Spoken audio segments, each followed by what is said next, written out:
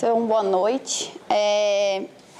Eu fiquei, como a Liana falou, no laboratório da Shore. Daí aqui, nessa foto, eu trouxe todo mundo que estava comigo no laboratório. Esse daqui é o Joel, ele é americano, é um postdoc que trabalha lá. E esse é o Jeff, ele está fora da foto, que ele entrou depois que a gente tirou essa foto. Que a Alison, que é essa daqui, saiu, ela era postdoc, então o Jeff entrou meio que no lugar dela. Esse é o David. Ele fez farmácia aqui no Brasil, na USP, e ele foi primeiro para a Universidade de Vermont e agora estava lá em Harvard. Já há 7 anos que ele trabalha lá e ele está ficando por lá, então há um brasileiro no laboratório. Essa é a Alison, que é quem me explicava tudo no laboratório, e ela, assim, foi uma super parceira para me ensinar tudo mesmo que eu precisei no laboratório, ela era super disponível. E essa é a Shore. Então, assim, vou começar falando um pouco da PI. Ela é muito aberta a conversar, mas ela não é uma pessoa, assim, que fala muito, que é extrovertida. Ela não vai chegar para você e vai falar, e aí, o que você está achando e tal. Mas se você bater na porta e falar, professora, eu li um paper e eu quero trocar uma ideia, ou estou com um problema no meu experimento, dá para conversar. Ela é muito receptiva mesmo. Ela, nossa, ela é uma ótima orientadora. Então, sobre o meu laboratório, o que a gente trabalhava? A gente trabalhava com 3 coisas juntas, que é a obesidade, está aparecendo as referências.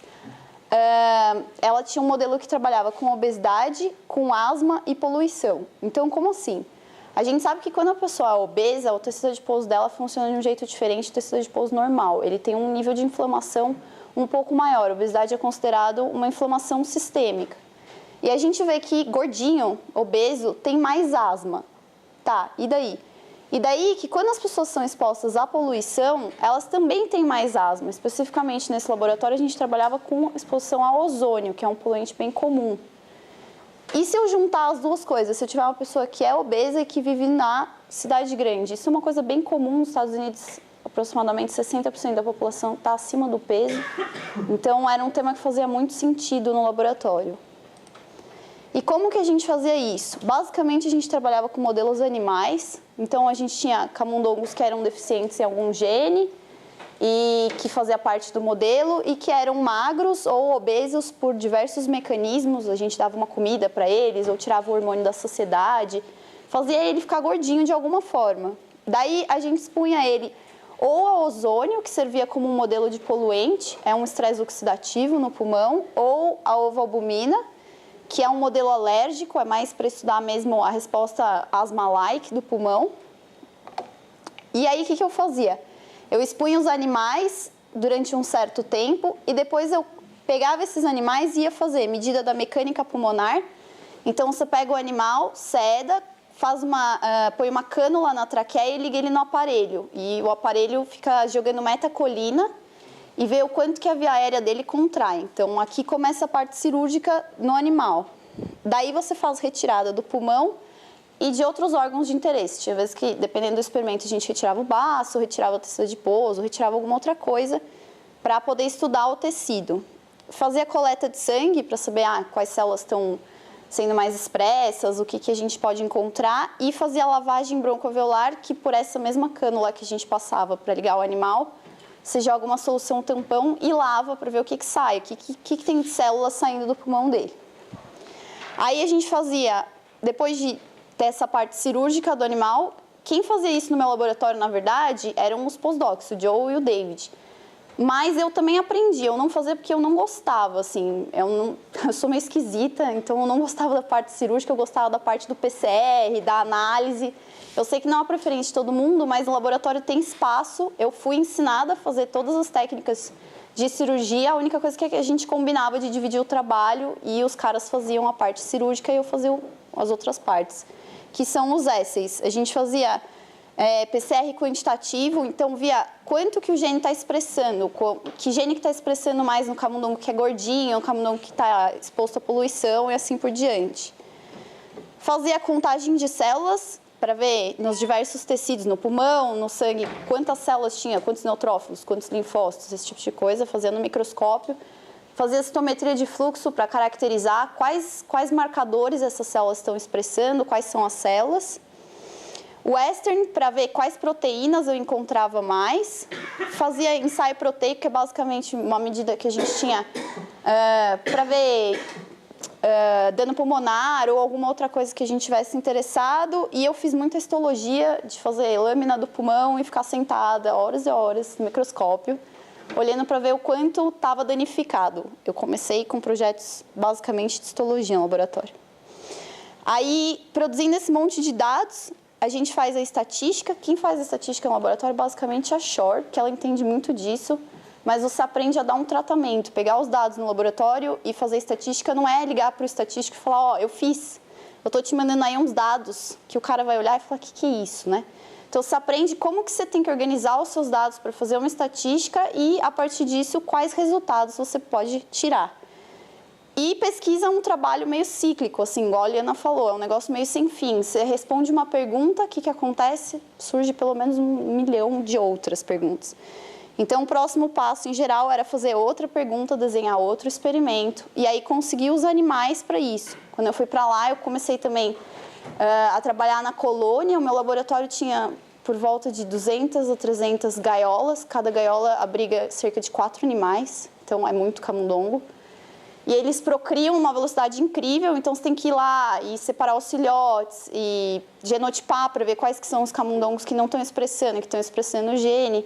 Você aprende a lidar com os camundongos e como fazer um gerenciamento da sua colônia para você ter animal para fazer experimento. No meio de tudo isso... peraí. Não vai abrir. Tudo bem. O que estava para aparecer aqui na frente é só que é muita leitura, é muito estudo. Então, tipo, eu vou fazer um PCR, eu tenho que saber quais genes eu vou pôr, quais genes as pessoas estão pesquisando, quais células elas estão contando, quais marcadores. Isso é literatura, assim. É um momento que você se pega no 4º ano da faculdade, ou no 3º ano da faculdade, baixando um Albert desesperado no ForShared. Tipo, eu preciso saber isso de novo e eu não lembro. As aulas realmente fazem muito mais sentido, você vai aprender o que é muito importante, o que é dia a dia. Deixa eu ver se eu consigo passar o próximo. Ele abriu. Então, o que é fazer pesquisa? A gente aqui na faculdade, quem já fez iniciação aqui? Levanta a mão. Tá. Quem já ouviu falar aqui na faculdade que trabalho de iniciação é igual um trabalho de macaco? Que você fica lá fazendo revisão de prontuário, fica fazendo uns PCR, você não entende muito bem, aí fica meio bravo com o seu orientador que ele não te dá atenção. Então, o que acontece? A conclusão é que qualquer trabalho feito repetitivo e sem você entender o que você está fazendo é um trabalho de macaco. Se ele coloca você lá no hospital e fala, escuta aí, ausculta 200 pulmões, se você não souber o que você está auscultando, vai ser trabalho de macaco igual. Então, o que acontece? Quando você vai para Boston... meu Deus. Não posso clicar. Quando você vai para Boston, você não tem mais isso. Por quê? Você vai fazer os mesmos ensaios que você fazia na iniciação? Vai. Você vai ter o mesmo trabalho? Vai. Lá, qualquer pesquisador vai fazer esses ensaios que a gente fala que é coisa de macaco aqui. A diferença é que você aprende o que você está fazendo. Então, você não está fazendo um PCR, está colocando as coisas lá no pocinho e colocando o PCR para rodar e...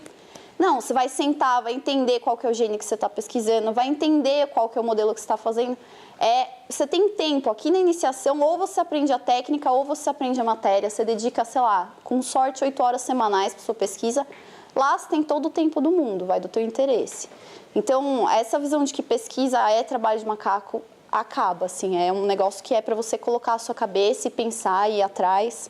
E acho que isso foi a minha lição do intercâmbio. Tá aí o meu tempo livre.